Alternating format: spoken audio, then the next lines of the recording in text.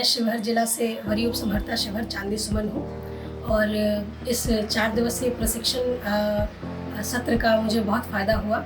जनगणना के संबंधी ये प्रशिक्षण सत्र था।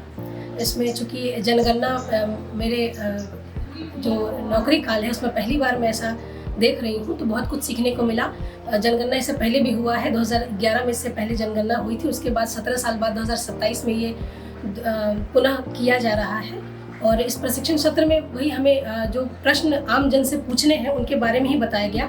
33 प्रश्न और उनका मोबाइल नंबर, कैसे हम एन्यूमरेटर को संवेदनशील बनाएंगे कि किस तरह से उनको लोगों से प्रश्न पूछना है, किस तरह से उनकी मदद करनी है जवाब देने में, इसके बारे में बताया गया। इस बार का जो प्रशिक्षण था वो इस मायने में विशेष था कि इसमें डिजिटल जनगणना का जो आयाम जोड़ा गया उसके पर ज़्यादा ध्यान दिया गया है कि HLO ऐप का इस्तेमाल, CMS पोर्टल का इस्तेमाल और किस तरह से डिजिटल का जो सुविधा है उसका प्रयोग करके आम जनों के लिए जनगणना को किस तरह से ज़्यादा सुगम बनाया गया है उसके बारे में हमको बताया गया।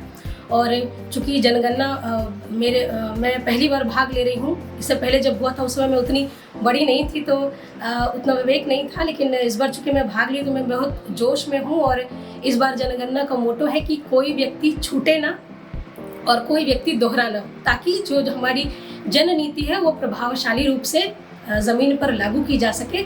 इसीलिए सभी लोगों से यही अपील होगी कि बहुत संजीदगी के साथ और सही जानकारी जो उनके जानकारी उनको उपलब्ध है और जो वास्तविक है वही दे, ताकि ये जो हमारा सार है कि कोई व्यक्ति छूटे ना और कोई व्यक्ति की दोहरी गिनती ना हो, इस पर हम लागू कर सके और सही समय में और जो समय निर्धारित है उसमें अपनी जनगणना का कार्य पूरा करके बिहार को फिर से अव्वल बना सके।